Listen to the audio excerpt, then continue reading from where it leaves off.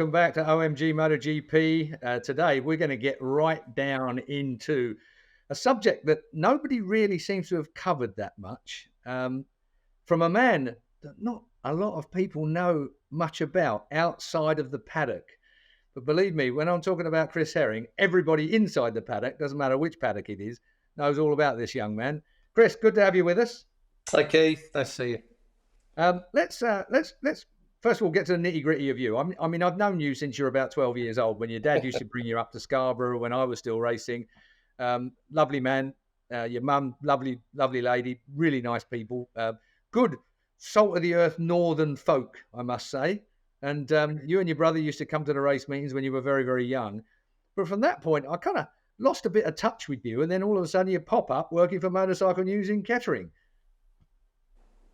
Yeah, well, I suppose I was always into journalism or writing, and I ended up freelancing up north with a couple of local papers and the local radio. And then Peter Bull, the editor of Motorcycle News at the time, said there was a job coming up and would I be interested? So it sort of went from there. I did trials and enduro for Motorcycle News for the first couple of years, which was nice. I met a lot of new people. And then World Superbike was really coming to the fore, and I was thoroughly enjoying it. Just like you and myself, I'd known Cal Fogarty from when he was about, 10, 11, and he was coming to the races, the rather shy Cal, with his father. It was Motorcycle News, and then 5 years there, Keith, and then there for life, really. But the EMAT way was to sort of get promoted and everything and go through the ranks, and it wasn't really for me, that was all. And Honda at the time, as I said, the World Superbike was really coming to the fore, and Honda at the time were the first team to sort of consider having a press officer. So that's how I ended up with Honda basically for the next 15 years in World Superbike and then MotoGP. I mean, those 15 years were pretty special at the end of the day. I mean, you still got connections. Obviously, you still manage some of the affairs to do with Leon Haslam, for instance, and obviously his expanding empire into academies and so on and so forth. But those 15 years were a very busy 15 years. There's no doubt about it. You made, kind of behind the scenes, you made quite a name for yourself as being very well organised, and it kind of worked very well for Honda as well, didn't it? Yeah, I mean, dealing with... crikey, along the way, dealing with the likes of, Colin Edwards.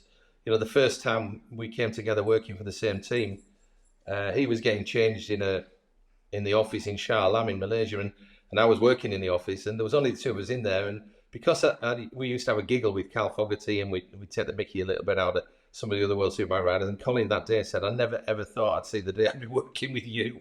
And from that moment on, we got on really well, played a lot of golf together and so on. So Colin was good. I'd like to think a few words here and there helped along the way with Colin as well. Certainly when he came back and won every single Superbike race of the year from the second race at Laguna Seca that day, dressed in the Stars and Stripes livery. He won every race for the rest of the year. Obviously won the championship, great finish at Imola with Troy Bayliss. And then you move on to, Nicky Hayden winning the World Championship with Repsol Honda, and he won it on a hybrid bike. He was sort of, I don't know, almost being a shoulder to cry for Pete Benson, the crew chief at the time. He couldn't, he couldn't really get around, I think, in the initial stages, what HRC were trying to do, but it worked. And of course, that year, Nicky had Max Biaggi as a teammate. The first year had Max Biaggi as a teammate, which was a difficult time. And then, of course, we moved on to Danny Pedrosa being Nicky's teammate, and that crash in Portugal that seemed to send the World Championship out the window. But yeah, time will tell it.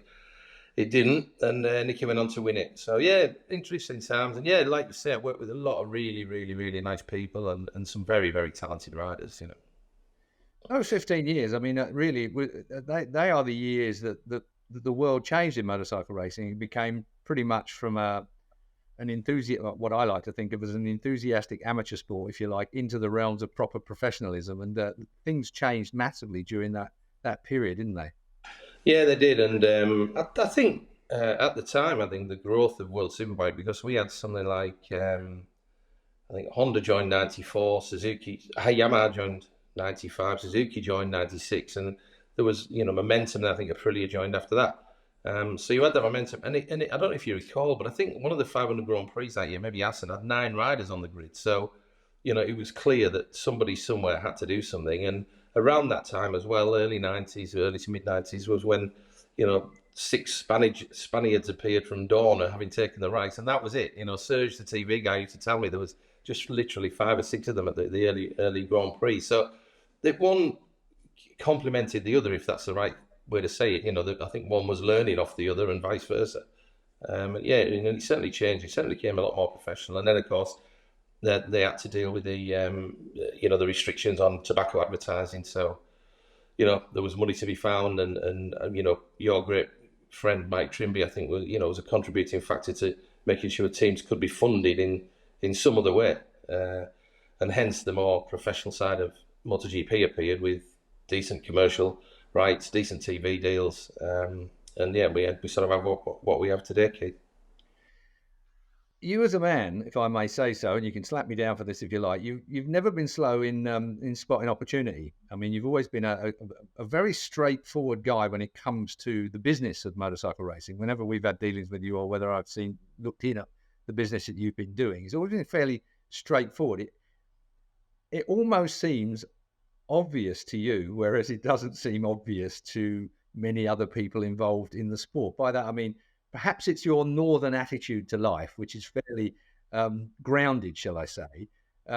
Things that seem obvious to you don't seem so obvious to other people in the way they go about their business, which brings me to the main subject today, where we want to talk about the Circuit of Wales. Now, your background is embedded in motorcycle racing, and all aspects of it.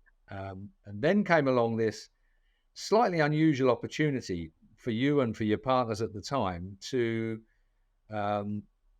give us another internationally recognized opportunity in motorcycle racing, and presumably in Formula One as well, when you came up with this situation, Circuit of Wales as it was called at the time. What I'm interested in, first and foremost, is how did that opportunity first arise? How did you first see the opportunity in Blaenau Gwent, where it was to be based? How did that all come to the fore? Who was looking? Were you looking? Were your partners looking? Were you brought on board? What was the scenario that first produced Circuit of Wales to your door?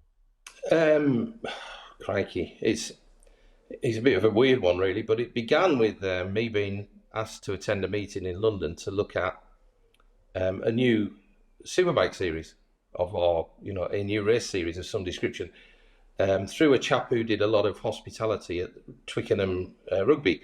And the link was through a guy who had been introduced to me by Honda UK, Peter Thomas, who had been previously the chief exec of London Welsh Rugby, and obviously he's Welsh, and his roots were firmly in rugby.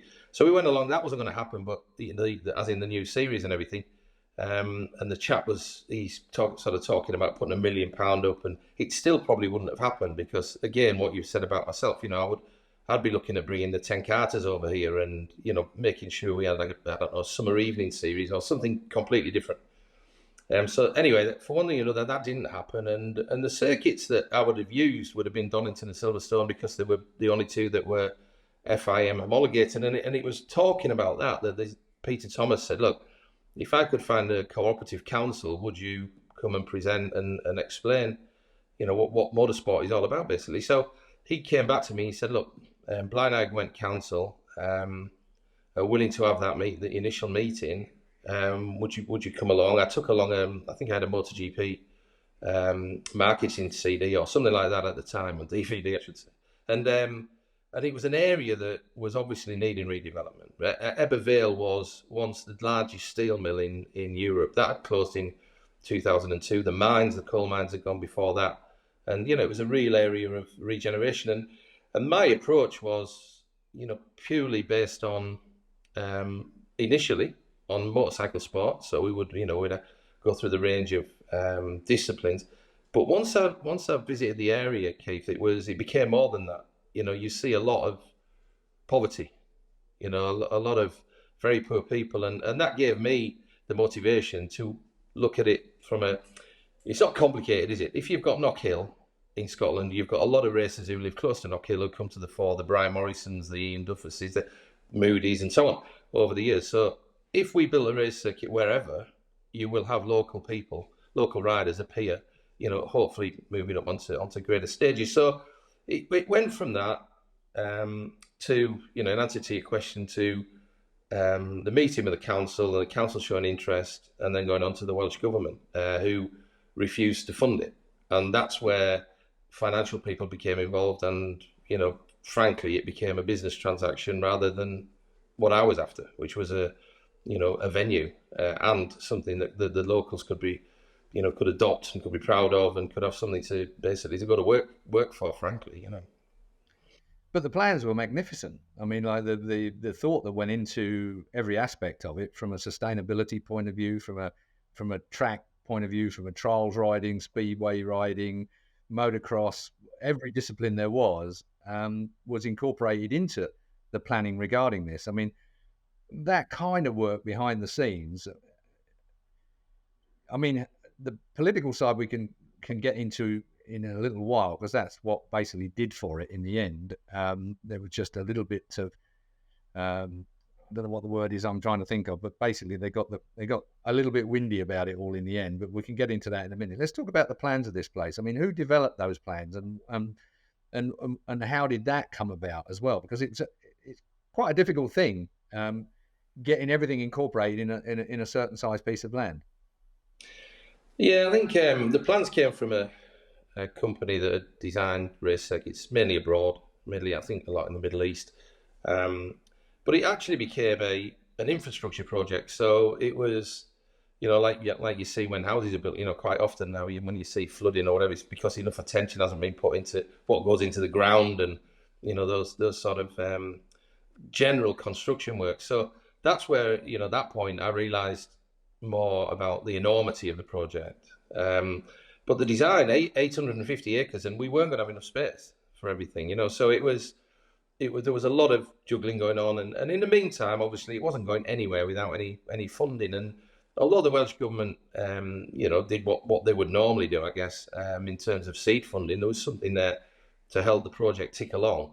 But ultimately, you were still needing the big money, and there was, I can't remember exactly all the elements. There was 4 or 5 elements that were crucial to it, and the MotoGP contract was one of those. And that was my sort of task, if you like, in all of this. But along the way, it sort of lost, for me, the vision started to move away from what I'd anticipated, which was more something, a venue that could be initiated in whatever scale, and then, reinvestment to take place, constantly, so that eventually you had the sports coming to you, and rather than, declaring you're going to have a world championship event overnight, it was, I don't know, looking back with hindsight, it's easy, isn't it? But that may well have been one of the drawbacks. Well, you did your job, because you did get Dorna signed up to Circuit of Wales. They were keen on it, and obviously, as all this was rumbling on in the background, trying to move forward the construction phase of things and the funding phase of things, we had a Circuit of Wales. We had a Welsh Grand Prix, effectively, at Silverstone. two. Yeah. 15 and 16 were promoted by myself and a couple of other people that I brought on board to help. And again, it proved to me that the people that were attached to the project were not really in touch with, what happens in motorsport. It was more a business transaction. Like I said earlier, I suppose where I was, and why I remained involved, was when I look at Spain. And in the last 30 or so years, Spain have had 6 brand new circuits. Beginning roughly with Catalonia, which obviously Montjuic Park in Barcelona, ran its course, let's say. And then there's those 6 circuits, and a lot of those would have been public funded, perhaps some of them even EU funded, where Britain's contributed. So I always had the hope that there would be some understanding for regeneration, really, in the area. But they obviously sort of let that go in the times that you're referring to, and we had to get on and promote 2015 and 16 for the Grand Prix. And yeah, good fun. And again, like you said at the beginning, it was just me. Maybe I'm not a team player, Keith, I don't know, but it was me saying, no, this is what we want. I don't want tribute acts. We put Adam Ants on, we put Rick Astley on, we put the real people on, we introduced the Tented Village, the things that would just be natural should the event be in Wales, from my perspective, So, yeah, we did have those, what do you want to call them, Welsh events, but Yeah, and after that, literally after the 16 MotoGP, I think I just became too tired with it all, Keith. The negativity. We got planning permission 3 years earlier than that, in 2013, and it was from that planning permission that the freedom of information requests started being fired into the Welsh government. How much are you paying these people? It was all from motorsport people, and that was sad. Silverstone got their local MP to write to the Secretary of State and demand that no public funding was used. So it was sad. It was really, really sad indictment of motorsport. I mean, obviously you got MSVR, Jonathan Palmer at the helm, Silverstone as the BRDC, which are notoriously slow when it comes to motorcycle racing generally. Was it that these two big groups of people just saw the Welsh track as a threat to their business? Was it as simple as that? Yeah, 100%, because whether they used the angle of public funding or not, it was the fact that, hold on, this is a country that could be backing this, and I think that was the difference really, is that they realised that, if the Welsh government really, really wanted to do something, that in theory there shouldn't be anything stopping them, and they've got the autonomy to just get on and produce. Problem was though, it almost got swamped by rumour more than anything. You mentioned that freedom of information and the like was there. The cost of the project appeared to be going up exponentially over a period of time. And once you get that ball rolling, I suppose that misinformation as much as anything, once that ball's rolling, it becomes very difficult to keep a council on board, because all of a sudden they're up against a weight of public opinion as well. How did that train of thought, how did that series of events affect it? How did that kill it off in the end? What was the reason for it being killed off? A little bit, like you've touched on the process side of it. So we got the outline planning permission, but you then go to a public inquiry. And at the time, I didn't realise it, but I was told afterwards that at the time, the funds were there to either, and I'm sure you recall this, the funds were there to either bring Donington up to scratch and have the MotoGP there, or cover the legal costs of a public inquiry, but not both. So obviously the public inquiry and making sure that the whole everything continued became more relevant, but more of a priority than updating Donington really. So that was the beginning, and as you've touched on, the more this all dragged on, and the more the cost of the project kept going up, which wasn't too complicated for me to see. It was just basically linked to interest payments, repayments, I should say. So the more that happened, the more doubt was cast upon the whole project. And, as I said a minute ago, the freedom of information request, the journalist that was being prompted by someone who, felt he could have been involved with the project but wasn't. Oh, it was horrible. It was horrible.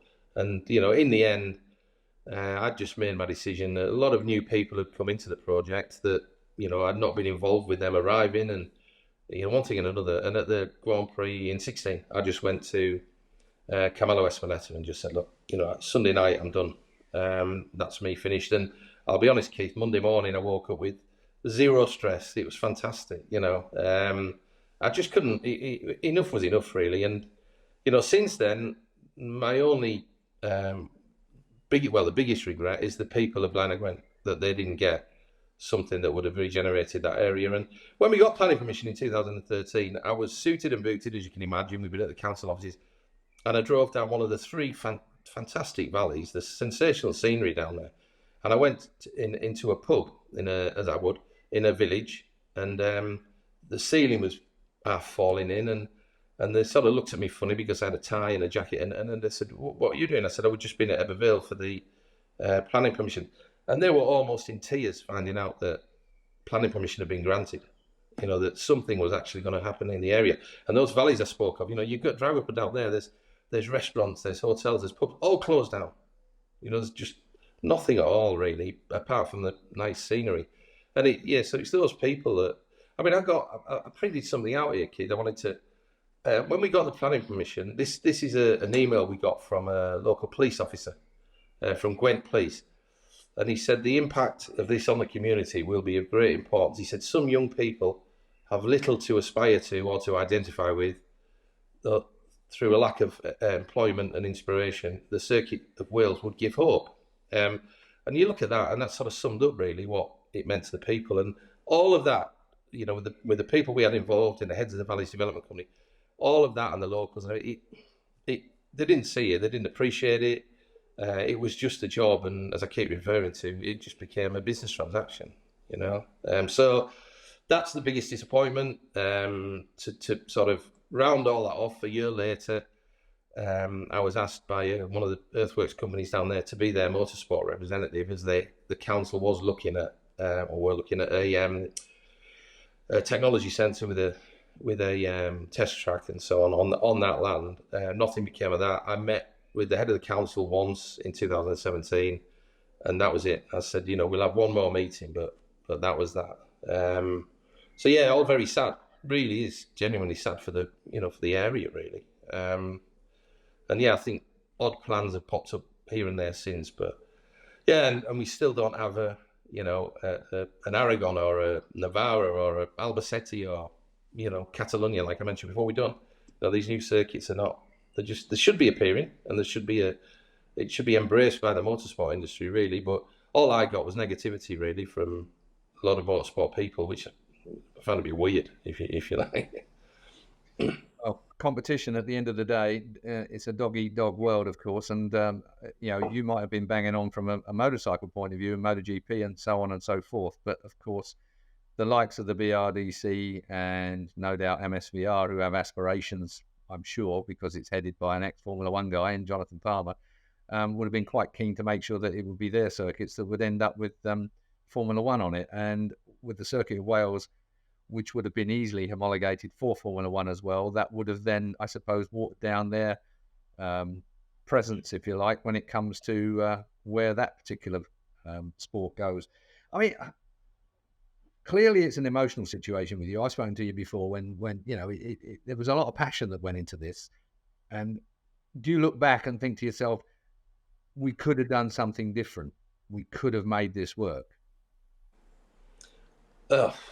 Only by, I don't know, maybe by bringing in different people, you know, whether it was on the financial front or generally within the whole sort of network of the team that we're working on the project. Maybe that's the only thing, but I don't know. Well, I mean, let me ask you another thing. Were the guys that were at the helm of this project that you've been brought in to join alongside of, I mean, were they credible? Were they the kind of people that could sell this huge, enormous project to the likes of councils, to governments? Were they capable of that, or were they just some guys that had quite a good idea and could see a few quid being made out of it, and trying to push it forward for that reason? I mean, how did it look from your perspective? Yeah, do you know what, Keith? There was nothing what I would consider obviously underhand, but that's where when sort of push came to shove and various interviews took place and everything, that's where local MPs were getting involved and challenging interviews or challenging conversations or challenging statements as to whether they were factual or not. I'll give you one example which set the alarm bells off for me. Was a meeting in January.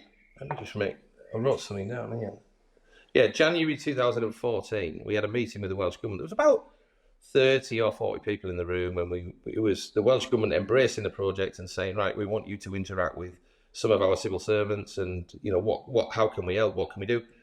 And it was stated at that meeting by one of our management team that the MotoGP, this was January 14, that the MotoGP contract was already signed. And I got a nudge in the ribs from one of the guys working with me on the project saying, oh, that's news then.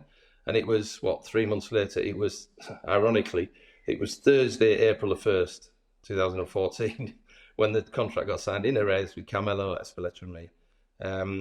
And so obviously hearing that it was already signed from one of our management team was that all of a sudden, you start to think this, this could go a little bit wrong, all of this, and that was the first alarm bell for me, I think.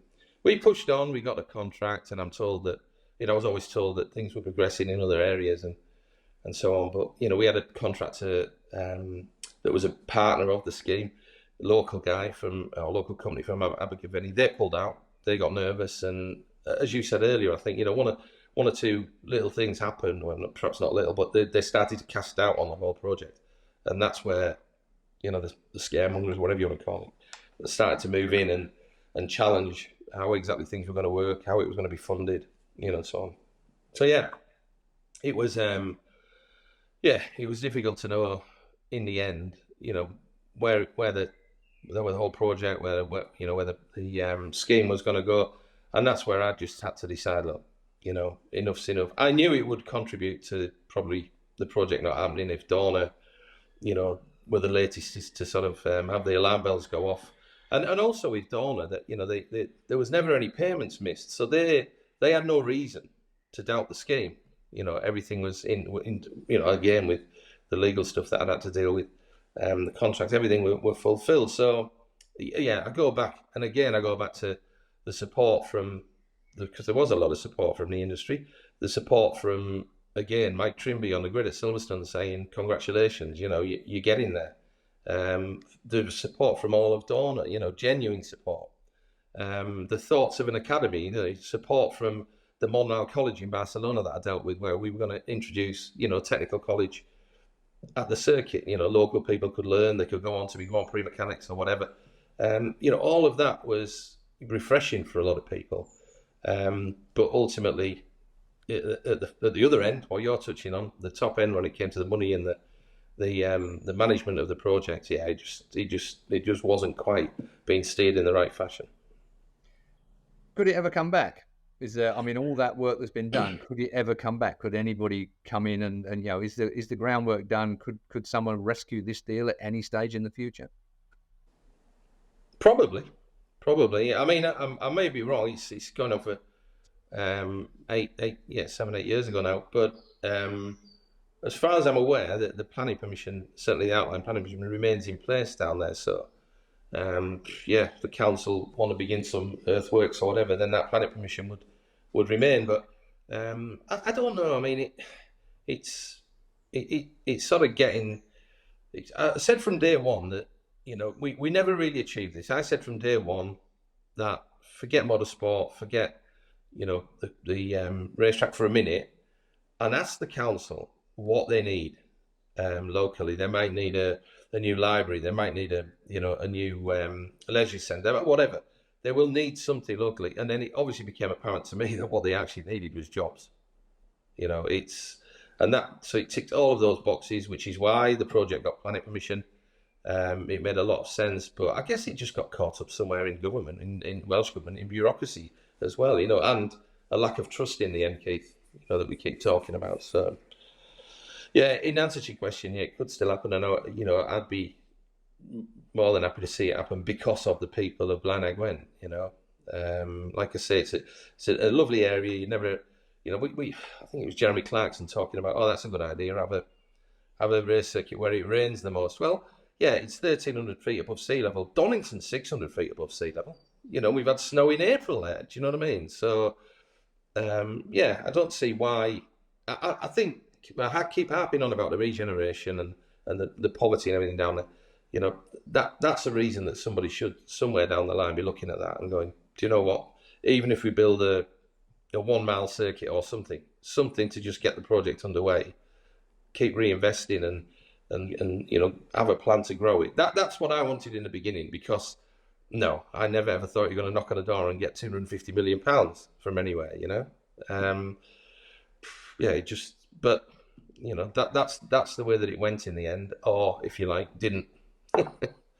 Yeah, I mean, we've obviously seen quite close to us over at Corby when Rockingham was built, the Rockingham Raceway as was, and I mean, that struck me as slightly strange because an oval relies on perfect weather most of the time, and they built an oval in the UK, which you mentioned weather a little bit earlier on. It's not really an all-weather type thing.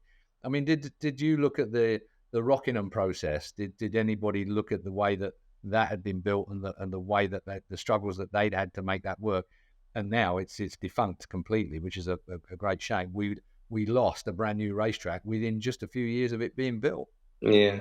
Again, Rockingham. In fact, probably around the time that we were trying to progress the project in Wales was the time that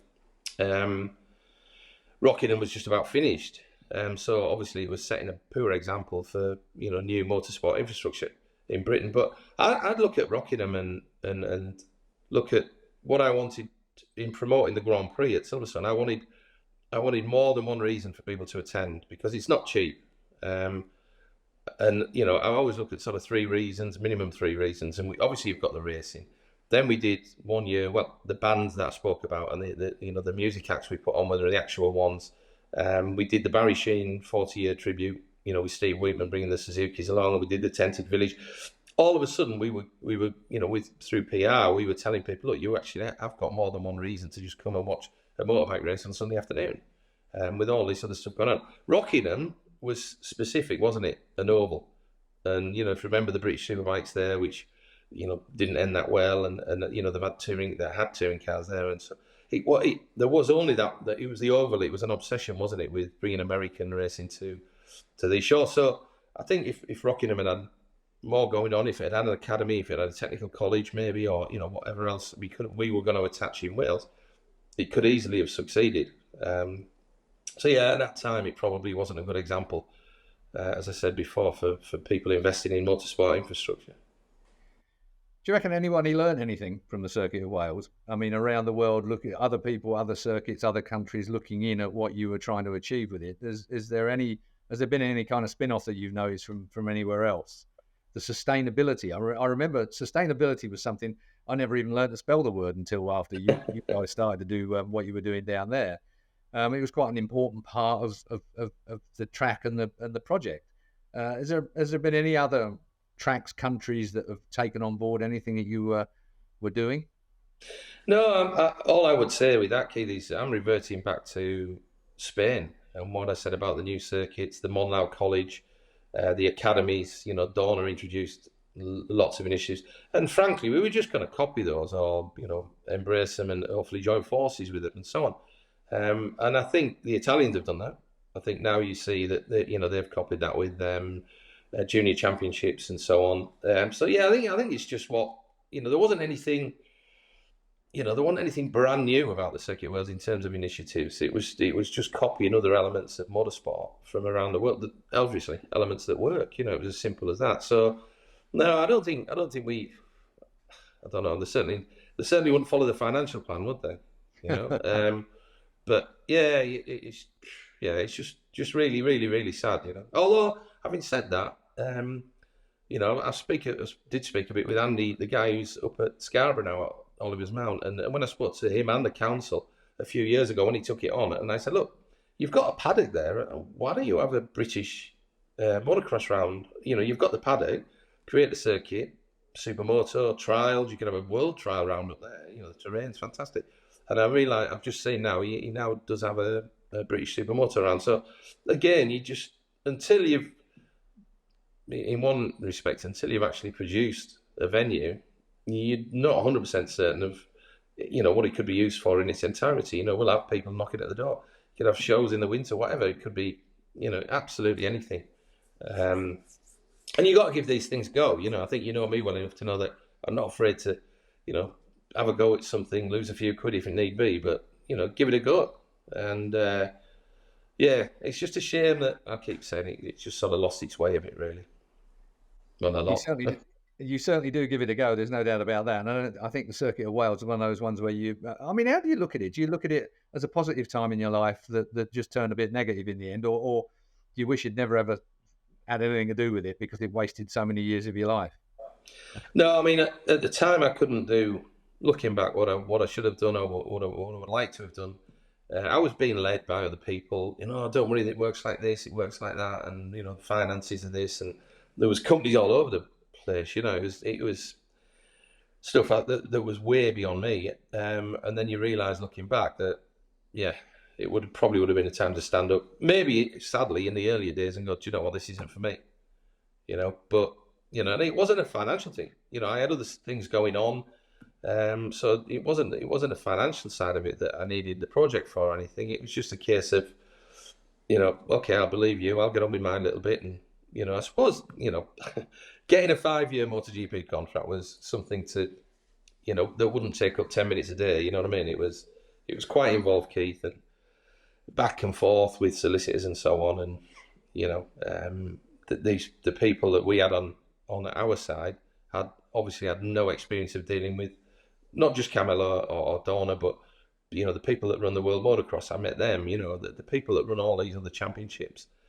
It would have been so easy to pay a fee over the odds, and you're dead from day one anyway.